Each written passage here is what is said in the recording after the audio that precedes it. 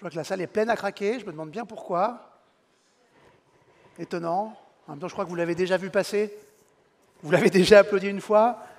Alors, notre dernier invité du jour est un passeur, celui qui fait le trait d'union entre le nord où nous sommes et le sud où nous serons si les vents sont favorables.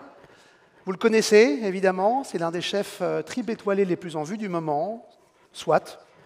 C'est aussi le nouveau jury de Top Chef, certes, mais c'est surtout un colossal cuisinier qu'on suit, nous, depuis un moment chez Omnivore, évidemment, avec passion, de ceux qui remettent sans cesse l'ouvrage sur le métier dans son ousto de Baumanière, un cuistot en recherche perpétuelle.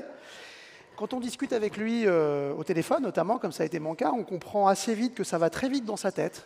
C'est un fulgurant qui pousse toujours un peu plus loin les limites du goût, explorant ses territoires inconnus, on va le voir, éclairant ses angles morts. D'ailleurs, très vite au téléphone, il m'a dit « Je ne vais pas vraiment cuisiner sur scène. » Ah, il a tuile. Parce qu'on m'a déjà fait le coup ce matin, et que cuisiner sur scène, c'est quand même... et que cuisiner, quand même, c'est un petit peu le principe du festival. Alors, non, il va faire mieux que ça. Il va présenter, m'a-t-il dit, l'état de ses recherches sur le goût.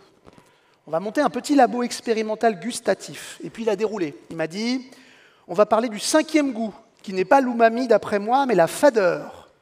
Et puis aussi des inerties de cuisson. On va aussi parler de l'émotion d'un plat, qui est un indicible. Et puis de la place de l'ouïe dans un repas, du sens de l'ouïe, et du souvenir, qui est un ingrédient en cuisine. Et puis avec tout ça, je vais faire un plat moche, mais bon. Là, je me dis, il veut faire couler Instagram, c'est pas possible. Waouh, j'étais soufflé par ce flot d'idées perçantes et je lui ai dit, hésitant, si je comprends bien, on va parler de l'invisible en cuisine. Il m'a répondu, ouais, c'est à peu près ça. Sacré programme. Alors, je ne vous spoile rien pour la simple et bonne raison que je n'en sais pas plus. Je découvre avec vous ce qu'on va découvrir ce soir. Alors, sans plus attendre, vous n'attendez que lui. J'accueille l'un des plus grands cuisiniers de sa génération et son chef pâtissier, mesdames, messieurs, Glenn Viel et Brandon Dehan.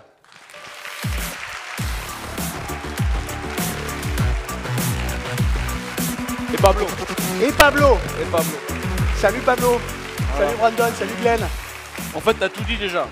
Écoute, j'ai On va introduit les inverser, choses. c'est moi qui vais faire l'animateur, je crois. Tu veux? Allez, et on moi, je fais échange. quoi? Je cuisine? Non, non, on va être mal lotis si on fait ça. Hein. Il a presque tout dit déjà. Bon, parfait. Merci de me recevoir en tout cas. Avec grand plaisir. Ravi d'être là. Donc effectivement, on va pas parler on va pas vous faire découvrir des goûts. On va plutôt parler de psychologie et de philosophie, de poésie. Quand on est arrivé à Baumanière avec Brandon et les équipes, on s'est dit quelle trajectoire la cuisine n'avait pas encore prise et on a pensé à la psychologie. Donc la psychologie pour nous, c'est simple, hein, c'est les températures, les textures, les mots, l'esthétisme et les séquences. Alors, on s'est dit que finalement un plat, 60% de goût, 30% de psychologie et 10% de hasard. Le hasard, c'est des choses qu'on ne maîtrise pas. La psychologie, c'est des choses on peut amener les gens à penser des choses sans que ça le soit et inversement. Souvent, à une table, il y a toujours quelqu'un qui met de la danse et qui peut convaincre les autres que c'est pas bon. C'est rare qu'on ait sur une même table des individus avec une opinion différente. Donc on s'aperçoit qu'il y a quand même une part de psychologie et donc on a beaucoup développé le sujet, notamment à travers les températures. On sert tout, nous, à Baumanière, entre 47 et 48 degrés, tout simplement parce qu'on n'est pas habilité à des températures trop élevées. On est à 37 degrés. Si vous prenez un bain à 55, vous allez ressortir aussi sec. C'est très chaud. On voit la différence. On voit la différence, on peut avoir les fesses assez rouges. Ouais. Alors ça peut être un peu douloureux. Mais donc on a travaillé les températures et on a essayé de comprendre. Et c'est vrai qu'on sert tout à 47 parce qu'en fait, entre la température de votre corps et l'aliment, il se passe 10 degrés. Donc nous, on ne parle plus de chaleur, on parle de confort. Voilà. C'est-à-dire que le cerveau, c'est une espèce d'organe indépendant. Comme le cœur bat tout seul, on ne lui demande pas. Et certains de nos organes travaillent tout seuls. Et le cerveau, et on est l'exemple type, c'est-à-dire que si vous mangez quelque chose de trop chaud, votre cerveau, lui, il ne part pas sur le goût, il part sur la température. Normal, il vous protège. Au même titre qu'une texture. Quand vous mangez un poisson et que vous tombez sur une arête, vous êtes tellement omnubilé par l'arête que vous en oubliez le poisson. Ce qui prouve bien que même une texture peut prendre le pas sur un goût. Donc c'est important, on l'a tous fait ça, hein, tous allé chercher, on a avalé le poisson, on s'en est même pas rendu compte, on a sorti l'arête, il ne se passe plus rien. C'est vrai, hein. Ouais. Donc on s'aperçoit qu'il y a beaucoup de choses qui rentrent en ligne de compte pour le plaisir du goût. Tout ça pour vous dire que finalement, on a travaillé longuement, et on s'est dit aussi que finalement, l'esthétisme d'un plat pouvait aussi le desservir. C'est-à-dire qu'on peut tous faire très joli, c'est très facile. Je vais dans le frigo, je vous prends plein de petites fleurs, je vous les montre comme ça, je fais une jolie rosace. Mais finalement, qu'est-ce que votre cerveau va analyser en voyant ça? Il va vous dire, waouh, mais c'est trop bon, c'est sûr, c'est trop bon. Il va graduer, il va monter comme ça. Et puis finalement, vous allez manger ce plat qui est certainement très bon, mais votre cerveau, lui, il est monté plus haut. Et donc, vous avez une déception parce que vous avez pensé que c'était meilleur que ça. Par contre, le plat est bon finalement, mais vous êtes monté bien trop haut, et du coup, petite déception. Ce qu'on nous a fait finalement, c'est enlever le superflu pour aller à l'essentiel, et finalement, peut-être avoir une petite déception au visuel, parce qu'on veut créer l'écart. C'est comme si vous rentrez dans une deux chevaux avec un moteur de Ferrari, ça fait quelque chose quand même, à mon avis, ça ne laisse pas indifférent. Donc ce qu'on a fait, nous, c'est vraiment d'enlever le côté superficiel, et donc on joue avec ça. Et les mots aussi. J'ai fait un plat un jour qui s'appelait « Mes aubergines, ma vision, une touche de café ». Et je voulais voir comment on pouvait analyser des goûts à travers un mot. En fait, il n'y avait pas de café. Et à chaque table que je passais, on me disait « Ah, c'est sympa la touche de café ». Pas de café. Le placebo en cuisine. Non, mais c'est important. C'est l'effet placebo. Ouais, mais c'est ça. Mais exactement. Mais comme quoi, même un mot peut induire un goût, c'est fou. Quand on boit un vin, souvent, celui qui est derrière, ah, t'as vu, il suffit qu'on donne un goût pour que finalement on le ressente en bouche. Pour qu'il advienne. Oui, exactement. Donc c'est quand même incroyable qu'on puisse avoir comment ça s'appelle, cette vision à travers, enfin un goût à travers un mot, c'est quand même incroyable, moi je trouve. Enfin, c'est assez. Donc on a beaucoup aussi travaillé là-dessus. Et donc, on a travaillé le goût, bien entendu, parce que c'est quand même l'évidence de notre métier. La psychologie, comme je viens de vous l'expliquer, à travers les séquences aussi, où on emmène des petites choses ludiques qui vous font un peu, comme quand vous êtes à l'école, la cour de récré. C'est-à-dire qu'au bout d'un moment, la concentration chez l'homme est de 45 minutes, et on n'y échappe pas à travers un repas. De temps en temps, il faut créer une cassure, parce qu'on a besoin de se reconcentrer. Désennuyé même, carrément. Mais bien sûr, il y a beaucoup de gens qui vont 5-6 fois aux toilettes, à moins qu'ils ont une vessie de la taille d'un dé à coudre, c'est peut-être finalement qu'ils s'ennuient. Donc on a créé beaucoup de séquences pour s'amuser un peu, parce que ce qu'on a oublié de faire, nous les adultes, en général, finalement c'est de sourire. C'est d'être heureux et de s'évader de temps en temps, de se laisser aller, et certainement moi le premier, mais on s'émerveille plus de grand-chose, et finalement on rate plein de choses. Alors là, ce que je vois une trousse, un livre, il y a un retour on à va l'enfantin, revenir. Ouais, exactement. Donc après, il y avait le côté finalement hasard. Et le hasard, on pensait que c'était quelque chose qu'on ne pouvait pas comprimer, qu'on pouvait pas. Est-ce que vous venez manger le midi? Est-ce que vous mangez le soir? Est-ce que vous avez fait de la route? Est-ce que vous venez en amoureux? Est-ce que vous venez pour du business? Est-ce que vous aimez finalement le restaurant ou vous êtes invité? Il y a pas mal. Donc on s'est dit que ça, on ne pouvait pas le comprimer et que si vous arriviez mal luné, malheureusement, on ne pouvait pas faire grand-chose. Et puis finalement, on s'est dit, on va réfléchir dessus et on a travaillé tous les apéritifs autour de l'humour. Voilà. On s'est dit que c'était peut-être le moment, éventuellement, d'inverser la vapeur et de se faire esquisser sur vos visages un petit sourire si toutefois vous êtes un peu tendu. Donc voilà. Ingrédient magique. Il y a beaucoup de monde, c'est un peu stressant. Ingrédient magique, l'humour, dans la vie en général. Oui, c'est ça, la magie, le sourire, enfin voilà, la joie de vivre. Je crois qu'on est des privilégiés en France, je crois qu'on a beaucoup de chance. Donc voilà, j'essaie de l'exprimer. Donc on a fait, là il y en a 4 exactement, là. Donc on a ce qu'on appelle dans la tête d'un chef. Donc c'est un apéritif, puisqu'on peut éventuellement zoomer comme ça. Donc on a ici un chef qui est représenté à travers son univers. Et en fait, pour les épicuriens qui ont l'habitude de manger dans les tables étoilées, ceux qui ont la chance, en tout cas j'espère, on a essayé de représenter l'univers. Donc l'idée, c'est de manger ces 3 petits éléments, et à la suite de ces 3 bouchées, de deviner qui se trouve derrière ce petit drap. Ah, c'est un plat de devinette, et il y a le buste du chef qu'il faut deviner. Exactement. On peut jouer ou pas? Bien sûr. Bien sûr. Qui va manger souvent dans les... Allez, venez à plusieurs même, allez, on va voir. Juste en regardant, parce que vous imaginez que là... Ouais, on peut pas tous goûter, malheureusement. Non. Là, ça va être difficile de partager en 7. Visuellement, on va voir. S'il y en a plusieurs, s'il y en a qui veulent venir... Allez. Ouais. Bonjour. Qu'est-ce que ça peut être, ça? Est-ce que ça vous dit quelque chose? Il y a du marin. Il y a une... Pardon, venez installez-vous ici. Là, c'est le tartare de langoustine avec caviar. Là, c'est une crème d'anchois avec du veau et du capre. Pas plus de 2 personnes. Voilà. Et là, on a un pain soufflé, mangue, échalote au vinaigre et une sardine grillée. Qu'est-ce que ça peut être alors? Donc, marin. Un chef 3 étoiles, le sud. Tartelette, le sud, peut-être Marseille, non? C'est un Marseillais? Non. Vous les avez tous fait, manque de bol, là, on est passé à travers. On est à Marseille? Non, on n'est pas à Marseille, on est à Bandol. Voilà. Non. Non, à Bandol, ça c'est à Cassis, Villamadi. C'est à Cassis, ouais. Christophe Baquier, je vous le dis. Est-ce que quelqu'un l'avait dit? Qui l'avait? Personne. Donc voilà, l'idée, c'est finalement, Christophe, à la fin de et là l'utilisation, et tac, vous voyez? Vous voyez ce que je veux dire? Est-ce que vous voyez bien? Merci madame, merci beaucoup. Donc on découvre le buste, et c'est marrant, si on est 4 ou 5 à table, finalement c'est presque un jeu entre nous. Donc voilà, c'est aussi un hommage, parce qu'on pense que souvent c'est la guerre entre les chefs. Il y a beaucoup d'amitié, solidarité, on s'appelle souvent, on échange souvent. Un peu de ludisme même, un peu de Mais jeu. bien sûr, et puis un peu de... Il faut être un peu humble dans ce qu'on fait, on sauve pas des vies, on fait de la nourriture. Ouais. Et donc c'est un hommage que je rends à ces grands chefs, parce que c'est des chefs qui m'ont aussi inspiré. Et donc voilà, donc c'est un petit clin d'œil pour eux. Voilà, donc c'est assez drôle, c'est fait en plastique recyclé et en 3D. Voilà, juste à côté de chez moi. Et alors, c'est un plat que fait vraiment le chef ou Oui, c'est une oui, c'est ses recettes. réinterprétation qui Non, t'est non, propre? c'est ses recettes. D'accord. C'est ses recettes. D'ailleurs, je me suis fait gronder une fois parce que j'avais mis l'échalote sur la sardine et pas en dessous. Ouais, mais là, oui, Il avait vu sur Instagram, il m'a dit Glenn, Ouais. non, l'échalote c'est en dessous. on rigole pas avec les chalotes. Non, non, on rigole pas, on Non. rigole pas. Donc voilà. Donc ici, ensuite, on a les 3 petits cochons à Beaumanière. Est-ce que Ah. quelqu'un veut venir pour ouvrir le livre? Allez, viens. Ouais, viens, allez, viens. Donc l'idée, c'est une fois qu'on a mangé cette petite tartelette au boudin, c'est d'ouvrir le bouquin. Tartelette au boudin. Voilà. Waouh. Et regarde à l'intérieur. Tu vois?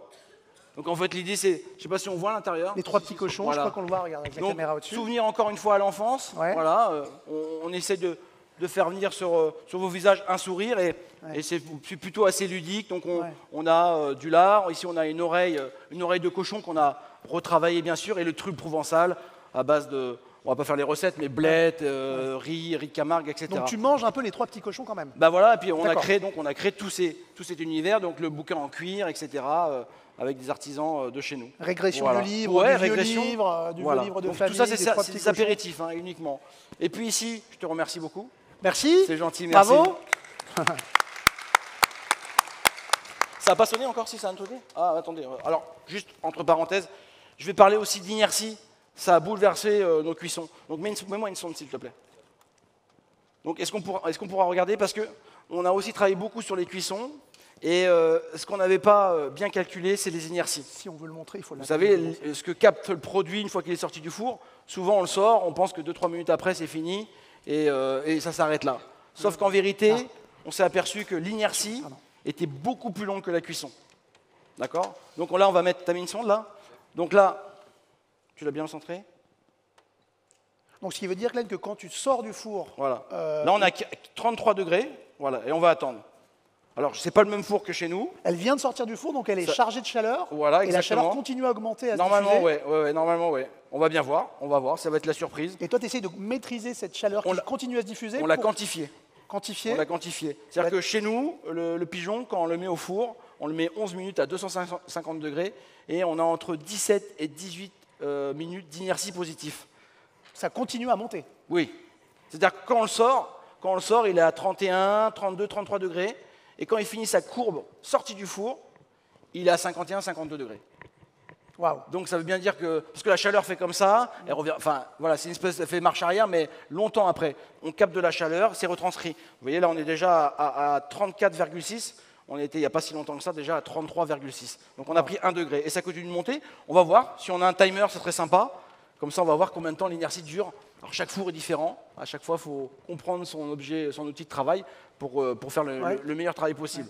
Et, Donc, et ça permet quoi? Une contrôle dans l'absolue précision de la chaleur? c'est-à-dire que si Une vous moindre sortez... consommation d'énergie peut-être aussi? C'est-à-dire qu'en fait, d'habitude, on met trop longtemps au four le pigeon, tu veux dire? Ouais, je crois toujours, en tout cas, une meilleure précision de la cuisson. Ouais. C'est-à-dire que si vous sortez un veau de pigeon à 47 degrés en pensant que ça y est, la cuisson est bonne, vous vous trompez. Ouais. La cuisson ne sera pas bonne, parce Bien que sûr. l'inertie va être encore plus longue que si vous le laissez 11 minutes. Et tu Donc, le sors du four, tu le poses à on température pose, ambiante, rien à idéalement faire. sur gris, parce qu'il faut que ça ventile dans tous les sens. Hein. Ouais. Quand vous sortez un poisson à la maison entier, ne le mettez jamais sur un filet. Mettez-le comme ça. D'accord? Parce que comme ça, il va ventiler des deux côtés. Sinon, vous allez le retrouver avec un filet plus cuit que l'autre. Ouais. Des petits détails comme ça, on a découvert ça il n'y a pas si longtemps que ça, il y a 3-4 ans, mais on s'est dit, waouh, mince, on a attendu tout ce temps-là pour Et comprendre pour ça. quantifier ces effets d'inertie, tu as travaillé avec des scientifiques? Non, bah non, C'est non. empirique? Avec un CAP. Un CAP cuisine. Avec un CAP, voilà. Non, et puis beaucoup de questionnements. Ah ouais. Encore une fois, on se Puis pose une connaissance beaucoup, empirique des choses quand même. beaucoup de travail et puis beaucoup de réflexion, beaucoup de doutes. Hein, je dis souvent beaucoup de certitudes, beaucoup de conviction, aucune certitude. Ouais. Voilà. La cuisine, c'est un peu comme de la poésie, c'est un peu comme la musique, c'est un peu comme la peinture, comme l'art. On aime ou on n'aime pas, c'est pas mathématique. On peut avoir deux visions complètement différentes et avoir tous les deux raison. Ouais, et on en parlait au téléphone, parfois on ne sait même pas l'exprimer. Il y a Non. cette citation de Jean Lancelme, un poète, qui disait « La poésie, on ne sait pas la définir, mais on sait quand elle est là. C'est ça. L'émotion, comment elle s'exprime? Elle ne s'exprime pas, elle se ressent. Hein. La cuisine, finalement, c'est pas une démonstration, c'est un ressenti. Quand vous sortez d'un restaurant, moi, je me cache des fois, j'essaie d'écouter les gens, j'espionne un peu pour voir un peu le ressenti des choses. Moi, j'ai jamais entendu un client dire en sortant du restaurant « Qu'est-ce que c'était beau ?» Toujours « Qu'est-ce que c'était bon ?» On parle toujours du goût. Et ce qui reste, au fil des années, c'est jamais la beauté de l'assiette, c'est toujours le goût. Toujours, toujours, toujours. Donc, l'esthétisme, c'est quelque chose qui se fane très vite. D'ailleurs, on a travaillé sur un plat qui s'appelle la betterave flétrie, où j'exprime à travers la betterave, finalement, la peau de l'homme. Finalement. C'est-à-dire que je considère qu'elle est ferme au début, comme la betterave, et nous, finalement, on la flétrit, et on donne ce côté un peu ridé. Tu veux dire que tu opères un vieillissement sur la betterave qui imite le vieillissement de l'épiderme. Mais j'exprime à travers ça aussi, finalement, qu'on peut très bien, à l'extérieur, faner un petit peu, mais se bonifier à l'intérieur. Et j'exprime à travers cette betterave, parce que pour moi, elle est meilleure quand elle est flétrie que quand elle est dure. Voilà. Donc c'est comme ça que je l'exprime. Et chaque plat, finalement, a une histoire. Alors peut-être qu'il y a des fois que moi qui la comprends. Ça, mais c'est déjà quelque chose. C'est pas toujours. Ouais, des fois, il faut. Mais voilà, en tout cas, toujours, ça raconte un moment de vie, une observation, quelque chose. Donc voilà. On va continuer parce qu'après, je vais laisser aussi un peu Brandon s'exprimer. Allons-y. Donc là, il y a pêche à pied, les pieds sous la table. Donc l'idée, c'est. Je suis breton. On n'est pas si loin finalement. Et donc j'exprime moi les souvenirs que j'avais enfant d'aller pêcher les ormeaux, les homards dans les failles pendant les grandes marées. Et donc vous voyez une petite carte postale ici où normalement on devait aller avec l'équipe faire la photo avec un photographe. Et il y a eu le Covid, donc râpé. Donc on s'est servi de cette photo-là qui est magnifique. Et donc vous avez ici, même l'idée ici, si on peut le voir, je vais juste enlever comme ça. Et Donc vous allez voir. Un amuse-bouche paysage. Ouais. Vous voyez? En fait, l'huître est aimantée. Tout simplement parce que, c'est pas pour qu'elle soit stable, mais ça, finalement ça sert aussi pour ça, mais c'est parce que moi, gamin, quand j'allais aux grandes marées, les huîtres étaient tellement incrustées dans le rocher que finalement, on les mangeait sur place. Sans les détacher, tu veux dire? Sans les détacher. Wow. Et donc j'ai voulu raconter ce côté vraiment pêcheur de pêche à pied, en fait en ayant ce geste où on vient tirer cette huître pour avoir cette sensation d'être le propre pêcheur en fait. Donc manger, c'est aussi reproduire un geste et pas seulement une mise en bouche. Un souvenir. Ouais. Un souvenir. Brandon, il en parlera tout à l'heure. Et ici, pour terminer, on a un Parisien en pleine forêt. Alors, le Parisien qui viendrait manger au beau le prendrait un peu pour lui, mais pas du tout. En fait, c'est juste un travail autour du champignon de Paris. C'est pas la fourmi noire, le Parisien? Non, Okay. Elle a fait de la route, ça marche vite, remarque, c'est courageux. Mais voilà, donc une feuille de ronja qui a un goût de champignon de Paris, champignon de Paris, champignon de Paris. En fait, du champignon de Paris décliné à toutes les sauces sur un support en bois pour représenter la forêt finalement, comme si ce champignon s'était égaré, s'était un peu perdu. Donc c'est pour ça un Parisien en pleine forêt. Toujours une petite note d'humour, et si le serveur, j'espère qu'il le fait mieux que moi, arrive à capter l'attention de nos convives, normalement, vous laisse un peu esquisser un sourire. Maintenant, il faut aussi venir avec l'envie de jouer et de se laisser un peu capter par un univers. Et d'être disponible, se rendre disponible à ça quand même. C'est pour ça qu'on Bien va sûr, au restaurant, bien sûr. pour être charmé. Mais finalement, je crois que dans un restaurant comme le nôtre et beaucoup d'autres encore, on vient vivre une expérience. C'est-à-dire que si vous voulez bien manger, il y a plein de bistrots, il y a plein de brasseries aussi, où vous allez manger un parmentier de queue de bœuf avec une salade à l'échalote et un petit jus. C'est génial, c'est très très bon, moi je me régale aussi. Mais là, on vient vivre une démarche, quelque chose. Alors des fois, on va adhérer, des fois, on ne va pas adhérer. Mais en tout cas, je pense que tous mes confrères, on a cette vocation à essayer de faire bien et on donne le meilleur de nous-mêmes avec l'ensemble des équipes pour essayer de satisfaire le plus de monde possible. Mais ce n'est pas toujours le cas, ce n'est pas toujours simple parce que ce qui est génial pour moi peut être banal pour vous et inversement, encore une fois, il n'y a pas de réalité. Ça dépend des jours aussi, non? Oui, des bonnes ou des mauvaises dispositions du client. Bien sûr, j'ai voulu travailler un moment sur les lunes aussi, pour voir un peu, parce que des fois vous rentrez, c'est Walt Disney dans la salle, les gens sont là, c'est fou, puis le lendemain, on a l'impression que le soufflet est un peu retombé, même si les gens sont contents, c'est pas la même émotion, c'est pas la même énergie. Et comme on est des mammifères, je me suis dit à un moment donné, certainement qu'il y a un lien à la Lune, il doit y avoir quelque chose comme ça. Certains, pendant la pleine Lune, ne dorment pas très bien. Ouais. Donc ça veut dire qu'on est peut-être pas tous, mais un peu touchés indirectement et qu'on ne sait pas forcément le dire ou le ressentir. Et donc ça, c'est important de le prendre en considération parce que c'est vrai que plus on comprend les choses, mieux on les explique, mieux on les vit, et peut-être on fait un travail un peu meilleur. Donc voilà, donc on s'est posé beaucoup de questions quand même pour arriver à ça. Et je vais terminer ici avec ici, le rouge lissé, où j'exprime, comme vous le disiez tout à l'heure, comme tu le disais tout à l'heure, la fadeur. Voilà, la fadeur. Aujourd'hui, on a le sucré, le salé, l'amer et l'acide. Et on a parlé souvent d'umami, qui est pour moi un peu l'amalgame de tout ça, une espèce d'équation parfaite entre toutes ces saveurs. Mais moi, je pense qu'il y a une saveur, qui est une autre saveur, qui est la fadeur. Donc, on l'exprime dans ce plat. On se dit, voilà, ici, on a la fadeur. Mais la fadeur, c'est un goût. C'est-à-dire que vous pouvez avoir 10 bouteilles d'eau, c'est fade, et pourtant, elles ont toutes un goût différent. Donc, ça veut dire bien que la fadeur est un goût, sauf que culturellement, chez nous, ou en Europe d'ailleurs, on estime que c'est une absence de goût, et pas une positivité du goût. Exactement. Alors que les Japonais, par exemple. Exactement. Mais je pense que c'est la pureté du goût en soi. Voilà, il n'y a pas besoin des fois d'en faire, parce qu'on a toujours tendance à vouloir faire plus, mais des fois on peut aller à l'essentiel. En tout cas, c'était moi, en tout cas, l'analyse de beaucoup de dégustations, où je me disais, c'est marrant, il n'y a rien, il ne se passe rien, mais il y a un goût quand même, il est là. Et je me suis dit, peut-être que la fadeur, finalement, est un goût, parce qu'en fait, on est aussi un peu des animaux, et instinctivement, si vous mangez un citron, vous allez dire, ah, c'est acide. Quand vous mangez un pamplemousse, ah, c'est amer. Et finalement, quand vous mangez quelque chose de fade, vous allez dire, ah, c'est fade. Donc finalement, de façon instinctive, l'amertume, finalement, est peut-être l'équivalent, dans une saveur bien sûr éloignée, de l'acide ou de l'amer. Et donc voilà, donc j'ai voulu l'exprimer à travers un plat, et avec le même produit, on a réalisé l'umami. C'est-à-dire l'équilibre de toutes ces saveurs. Donc on met plus en avant l'umami parce que culturellement, encore une fois, on a besoin d'avoir des saveurs en bouche. Mais j'ai voulu quand même exprimer la fadeur, qui est pour moi quand même intéressante et qui est le goût, je dirais, unique du produit, quoi, hein. C'est quelque chose de vrai. C'est-à-dire qu'on ne spoile pas le produit, on le met juste comme il est, pas plus, pas moins. Et beaucoup de gens aiment manger des poissons crus comme ça, tout à fait naturellement, sans rien, avec un trait d'huile d'olive éventuellement. Et donc voilà, en tout cas, on l'a exprimé. Et là, c'est ici. Un face-à-face que tu instaures entre le fade et l'umami aussi. Oui, bien sûr. Une invitation à comparer les deux. C'est comme le froid. Ouais. Voilà, c'est une espèce de voilà, d'ambivalence comme ça, deux extrêmes, mais finalement qui ne sont pas si éloignés que ça. Mais avec du travail, l'homme, notamment, la main de l'homme, on arrive à avoir cette chose concentrée qui vient un peu titiller nos papilles. Et culturellement, c'est vrai que ça marche mieux, mais les gens comprennent la fadeur à travers ce plat, et c'est intéressant, je crois, d'en parler et de faire une espèce d'analyse. On va juste regarder le pigeon, c'est intéressant. Je ne sais pas depuis combien de temps, c'est dommage, on n'a pas mis...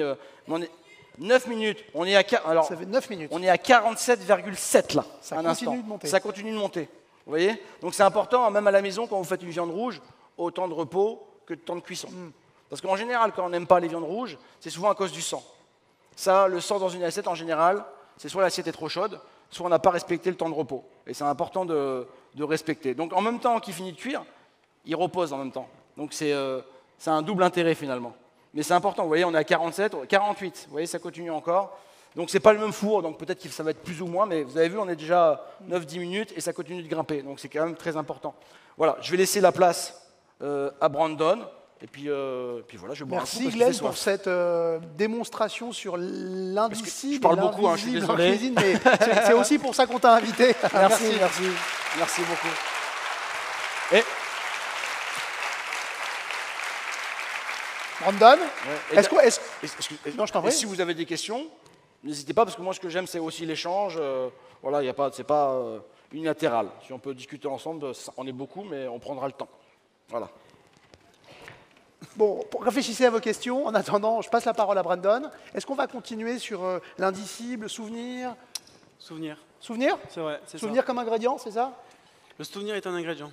C'est vrai qu'avec Glenn, nous, on échange beaucoup parce que c'est quand même le chef de cuisine, donc on échange vraiment beaucoup là-dessus. Je crée les desserts et il m'aide à créer les desserts. Et c'est vrai que Glenn a des souvenirs, j'ai des souvenirs. On a tous des souvenirs d'ingrédients, de plats que nos grands-mères ou nos familles ont fait.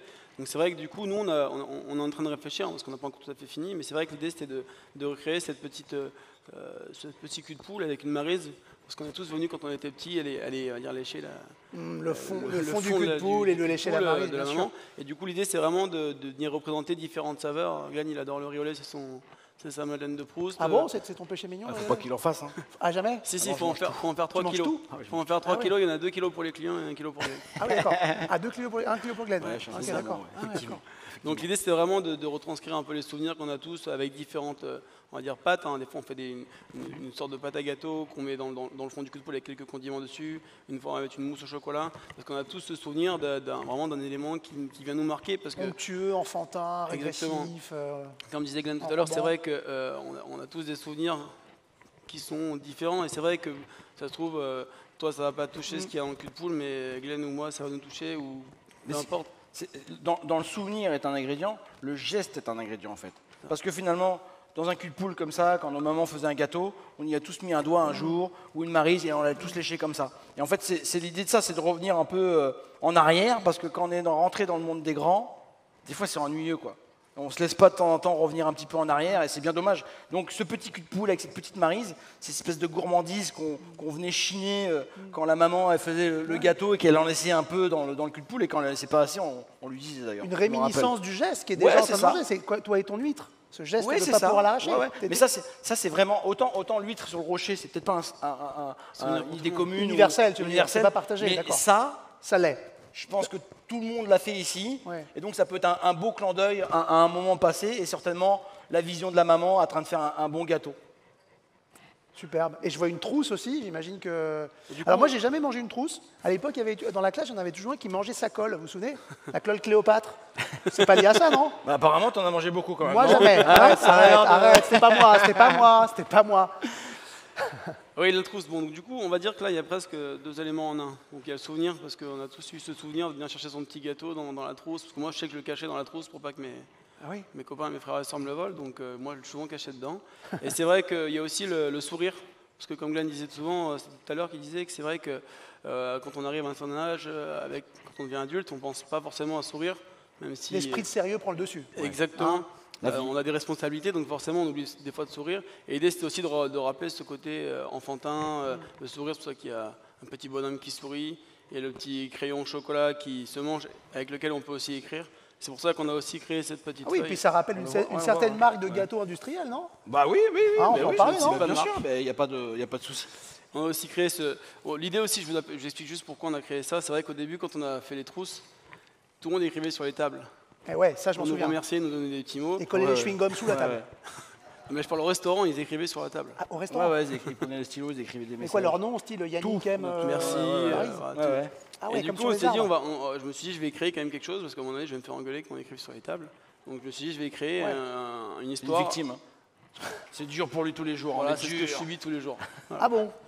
C'est vrai, ça, Brandon? Ah, je rigole.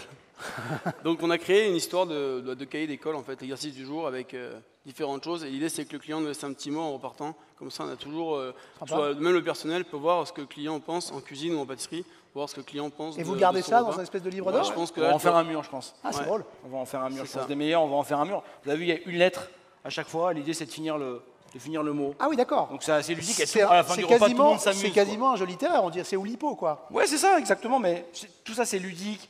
C'est Ouais. juste pour se détendre et prendre du plaisir essentiellement, quoi. Hein. Oui, et puis que le client puisse exprimer peut-être ce qu'il a ressenti. Bah oui, exactement. Mettre des mots, ça fait exister Mais aussi bien les sûr. choses, les Mais émotions, certainement. Hein. les sentiments. C'est ça, et donc on a fait le petit pot à lait avec moi, le petit pot. La petite tasse de mousse de lait qui nous rappelle la cantine quand on était plus jeune. On avait tous un chiffre au fond. Et là, Quel âge on a? C'est ça. Eh oui, Donc, le verre du l'idée, Ralex. Ouais, C'est exactement. le même, hein, c'est tout pareil. Moi, j'ai- On a En tout fait une petit, quoi. Vous voyez, Moi, on a j'ai tous- souvent eu 43 ans, bizarrement. Ouais, c'est Ouais, vrai. alors que j'étais tu vois, en CM1, quoi. Ça n'existait pas, ça va jusqu'à 20, je crois. Ah merde. Ouais. Donc voilà, on reconnaît tous.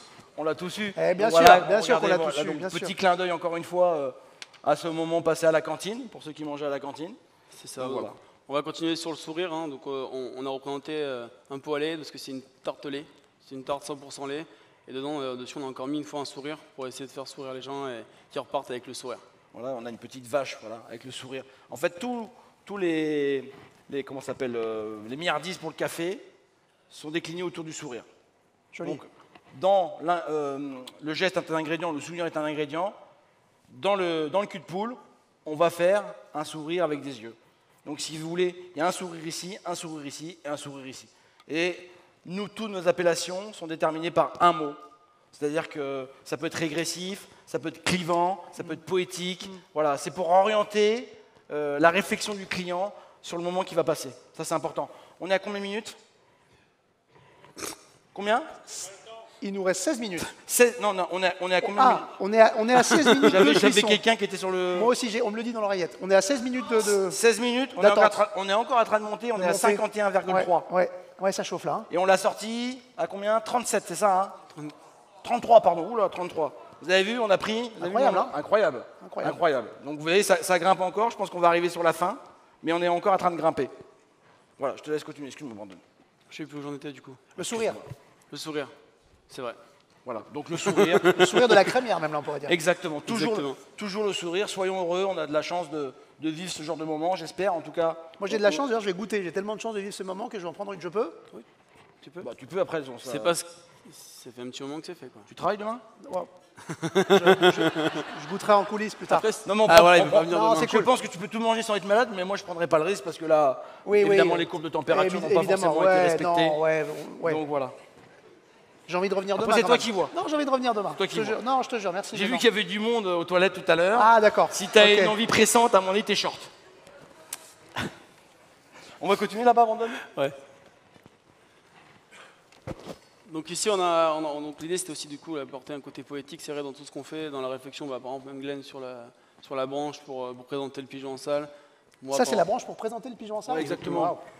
On va le faire une fois que ça. En fait, enfant, j'adorais, je suis breton et donc j'adorais aller voir quand il y avait les oiseaux à répétition qui allaient dans une haie. Je savais que derrière il y avait un petit nid avec des oisillons. Et donc j'adorais moi aller mettre ma tête dedans parce que ce qui est marrant c'est que c'est très touffu souvent à l'extérieur et quand vous mettez votre tête à l'intérieur il n'y a plus une feuille et donc vous voyez tous ces nids et donc je vais arriver, je voyais ces petits oiseaux et donc l'idée de la branche en fait voilà c'est tout simplement un petit clin d'œil à un souvenir et notamment on présente le pigeon comme ça au client et comme si finalement on avait le pigeon au bout de la branche donc voilà bon c'est un petit en fait ça change rien hein, encore une fois au goût.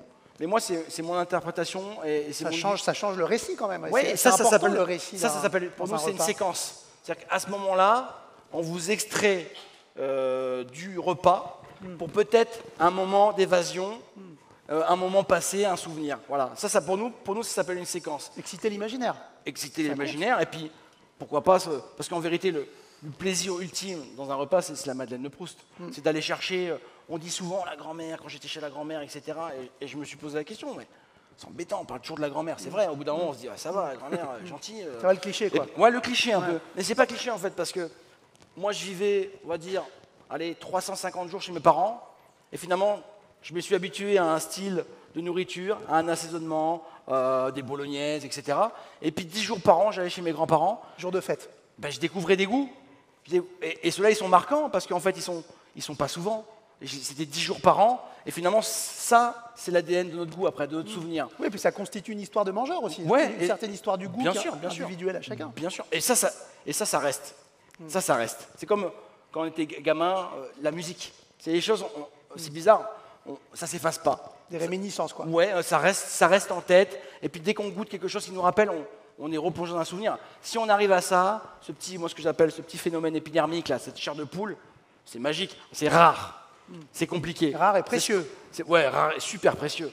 Mais c'est ce qu'on essaye de faire. Mais ma Madeleine de Proust n'est pas forcément la même que les autres. L'éducation au goût, il est lié aussi à la région dans laquelle on a grandi. Donc quand on est du nord, de l'ouest, de l'est, du nord, forcément, on n'aura pas forcément... Moi, c'est le beurre, hein, comme beaucoup ici. Hein. Quand même si je suis dans le sud, c'est le beurre. Mais voilà. Demi-sel, non? Demi-sel. Ouais. Allez. Mais salé même. Pourquoi demi? Je sais pas. Non, on met du sel, on y va. Bah bien sûr. Non, on y va. Donc voilà, on n'a forcément pas le même lien. Comment ça s'appelle au souvenir. Chacun bien a sûr, son au histoire, souvenir chacun et aux ingrédients, etc. Voilà. Brandon, excuse-moi. Brandon, on parlait de l'écureuil, je crois. De la noisette. Ouais. Donc l'idée, c'était vraiment côté poétique. Hein. L'histoire, c'est aussi d'essayer de raconter quelque chose. Et l'histoire, c'est... Bon, il ressemble plus vraiment à grand-chose, le dessert, mais l'idée, c'est vraiment de représenter un peu une balade en forêt.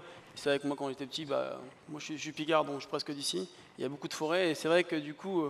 T'es picard? Ouais, je suis picard. Disons-le. Ouais, je suis picard. Disons-le haut et fort. Ouais, il est picard. Oh, il l'a dit. Il est picard. Elle l'a dit vraiment à demi-mot, hein. Ouais, parce que c'est son picard ici, dans je suis le un peu du sud, on va dire. Pour ici, je suis un peu du sud. Parce que la Picardie, c'est bas déjà pour eux. Ouais, c'est vrai, t'es un peu, ouais, c'est vrai. D'accord. C'est pour ça qu'il l'a dit. Mezzo Julien, voce. je suis Ouais, d'accord, ouais. Est-ce qu'on a vu? Est-ce qu'on a vu l'assiette à l'intérieur? Je crois qu'on l'a vu, on l'a vu. Voilà, vous avez vu, on a refait Et on la voit encore, regarde. des petits pieds de biche. Et en fait, cette assiette s'appelle dans le creux d'une feuille. Voilà, donc vous voyez, on a ces pieds de biche, on imagine qu'on est en forêt, et puis il y a ces glands, ces champignons, cette mousse. Et donc c'est un dessert, et puis finalement rencontre Avec un écureuil. avec un écureuil qui vous donne la première bouchée. noisette. Voilà. Donc c'est aussi ludique, c'est aussi marrant. C'est juste pour encore une fois apporter le sourire. Voilà, c'est un petit clin d'œil à la nature qu'il faut bien préserver, Paraît-il. paraît-il. Brandon, qu'est-ce qu'il y a sous cette cloche percée? Et une pomme. Une pomme. Non, allumé, c'est une année pomme. Donc l'idée de dessert, c'était que quand j'ai créé ce dessert, j'étais en train de faire mes essais en pâtisserie. Ouais. Puis encore une fois, il y a Glenn qui est arrivé. Et là, quand on se met tous les deux, ça devient compliqué. Ça devient très compliqué pour les équipes parce qu'on part dans tous les sens. Ouais. Et c'est vrai que quand je Beaucoup taille d'idées à ma la minute, pomme, quoi. avec Glenn, on se regarde, on dit ça fait une anémone. C'est pour ça qu'on a appelé ça une année pomme. Donc après, de là, on est parti sur un dessert presque de conscience en fait. L'idée, c'était vraiment de rappeler un peu ces fonds marins parce que on va dire qu'aujourd'hui, la mer, ce qui est dedans, c'est pas beau, hein, mine de rien, ça fait peur. Donc l'idée, c'était de représenter un peu une prise de conscience avec différents, des petites bouteilles, des petits poissons qui sont en train de voyager à l'intérieur. Et le côté vraiment de prise de conscience, c'est chacun après le voit comme il a envie de le voir. Dire, ça se trouve, quelqu'un va le voir d'une façon, moi je vais le voir d'une autre. Et l'idée, c'était vraiment de faire, pas forcément passer un message, mais une prise de conscience pour chacun, quoi. Et finalement, cette cloche avec la céramique, parce qu'on a de la chance, on a une potière qui est salariée de la maison, qui a un local dans nos murs, qui fabrique nos assiettes. Et donc cette cloche, finalement, c'est un peu l'idée d'un récif, voilà, dans lequel passerait la lumière et donnerait des effets d'ombre sur cette anémone, cette année pomme, puisque c'est fait à base de pommes. Très bon, année pomme. Ouais, année pomme, Validation c'est marrant. totale sur le Et doigt. le dessert s'appelle année pomme, défaut de la mer. Donc c'est pour parler aussi. Donc normalement il y a une sauce à base de plancton noir, bon, pour parler bien sûr du mazoutage. Et puis ici, si on fait un gros plan, je ne sais pas si on Gros voit. plan. On y est, regarde, on est dessus, regarde. Il y a du budget. Hein. Il y a des petites Ouais, on est bouteilles, bon, il y là. a des poissons Beaucoup de dessus. règles. Ouais. Ouais, je ne sais pas si vous voyez des poissons morts. Il y a des poissons vivants, il y a des bouteilles d'eau. Donc voilà, c'est un message. Et donc le mot qui représente ce plat, c'est conscience. Voilà. Parce qu'on a tous finalement un rôle à jouer. Et d'ailleurs, j'aime beaucoup cette citation de. Vous connaissez la petite histoire du colibri? Certains la connaissent et je vais la raconter parce que j'aime beaucoup. Il y a un feu de forêt et puis il y a un éléphant qui se bat contre le feu de forêt, donc il va à la rivière au feu et puis qui envoie tant qu'il peut de l'eau avec sa grosse trompe, etc. Et puis il croise un colibri. Ça se croise. Et puis d'un moment, l'éléphant il arrive, il dit au colibri, mais qu'est-ce que tu fais? Et le colibri répond, je fais ma part. Ce qui veut dire qu'on a tous finalement un rôle à jouer. À notre Il mesure. n'y a plus de gestes. Aujourd'hui, c'est 8 millions de cigarettes jetées par terre dans le monde par minute. Donc voilà, on va pas faire un. Mais comme on est dans Si, l'écologie. parlons-en, l'éco-responsabilité, c'est aussi et- un signe fort de ta cuisine quand même. Oui, enfin le plus possible, on essaye. Je ne vais pas chercher toujours le produit à proximité si j'en ai un meilleur un peu plus loin. Mais bien sûr que je vais d'abord travailler dans un périmètre très court et après élargir Voilà, aujourd'hui par exemple, on a ramené un pain parce qu'on fait de la farine aussi. On a un hectare de farine qui nous permet un hectare de blé qui nous permet de faire à peu près 650 kg de farine, l'équivalent d'un pain parce que nous on fait un accord mes pains. Donc ça nous permet de faire un pain 100% Baumanière sur l'ensemble de l'année. Et il faut savoir qu'aujourd'hui, on a 2-3 variétés de blé qui nourrissent la terre entière. Quand il n'y a pas si longtemps que ça, il y en avait peut-être 2000. Donc en fait, on est en train de standardiser notre alimentation. On est en train de cadenasser notre indépendance. Et c'est important qu'on se batte contre ça, en soutenant bien sûr les paysans, les agriculteurs, mais aussi, quand vous venez dans nos restaurants, si vous avez vraiment une allergie, il faut qu'elle soit vraie. Voilà. Et tentez des fois, quand vous n'aimez pas quelque chose, parce qu'on fait passer beaucoup de choses pour les allergies. Quand j'ai commencé, il y a 20 ans maintenant, on avait un allergène par an.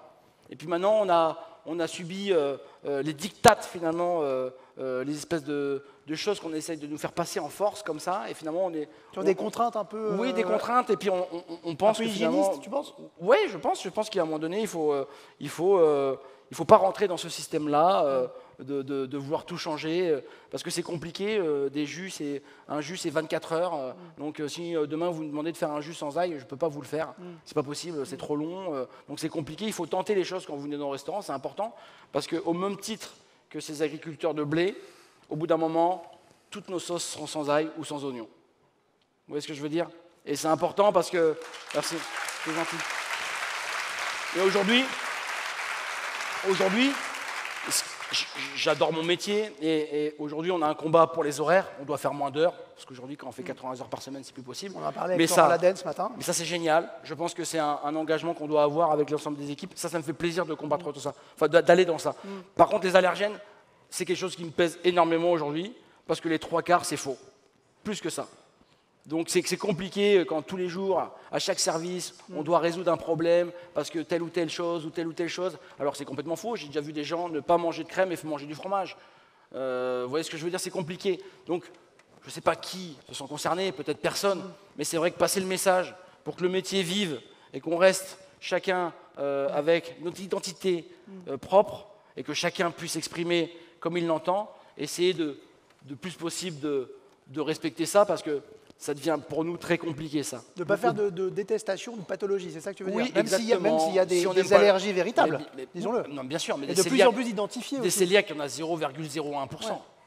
C'est infime. Alors il y en a peut-être plus aujourd'hui parce qu'on nous a gavé de mauvaise farine et que des fois, évidemment, on digère un peu moins de gluten, sauf que dans beaucoup de restaurants comme le nôtre, en tout cas, on travaille des farines anciennes et que ces pains contiennent 3 fois moins de gluten. Qui ont des chaînes gluténiques plus courtes. Bien sûr, et que donc, normalement, les digèrent davantage. Je suis désolé de te couper, d'interrompre, mais je crois que ça redescend là. Ça a redescendu, mais c'était monté à 51.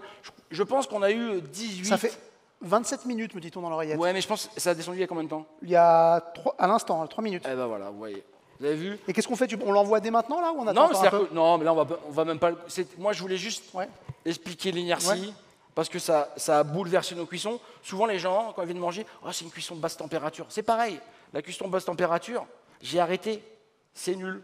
Mais c'est une déperdition d'énergie aussi, alors. Non, alors, je sais pas que c'est nul. Excusez-moi, je me reprends. C'est-à-dire que si vous faites du banqueting, etc., ça peut aider. Ça peut justifier. Sauf qu'en vérité, est-ce que moi, j'ai pris plus de temps à faire ça que de mettre mon pigeon sous vide? Ben non, en fait. Non. Je crois que mon pigeon, il est de meilleure qualité. Et souvent, c'est marrant parce que les gens pensent qu'en fait, j'ai cuit mon pigeon sous vide parce que, comme on a compris l'inertie et que la cuisson, en fait, est millimétrée, je dirais, on pense qu'on a fait une cuisson sous vide. Or, ce n'est pas le cas. Et donc, ça aussi, on a voulu standardiser notre cuisson. C'est-à-dire que dans chaque cuisson qu'on fait sous vide, on a la même émotion chez Paul, chez Pierre ou chez Jacques. Ça uniformise. Ça uniformise beaucoup les choses. Et c'est ce qu'on essaye de faire dans notre quotidien. Il faut qu'on essaye de garder notre vision de la chose, à plaire ou à déplaire. Mais en tout cas, je pense que plaire à tout le monde, c'est plaire à n'importe qui. Donc, il faut garder nos convictions, avec, bien sûr, avec beaucoup d'écoute et d'échange. Personne n'a raison, encore une fois, personne n'a tort. C'est l'échange qui construit qui on est.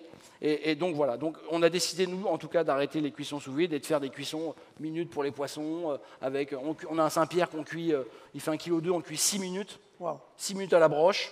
Ensuite, on le pose d'une façon bien précise au fourneau, parce que pareil, l'orientation après cuisson, elle est importante. La ventilation. Si la plaque elle est chaude ici, et que je mets mon poisson comme ça, c'est tout bête, hein, mais finalement, il y a un morceau de poisson qui ventile et pas l'autre.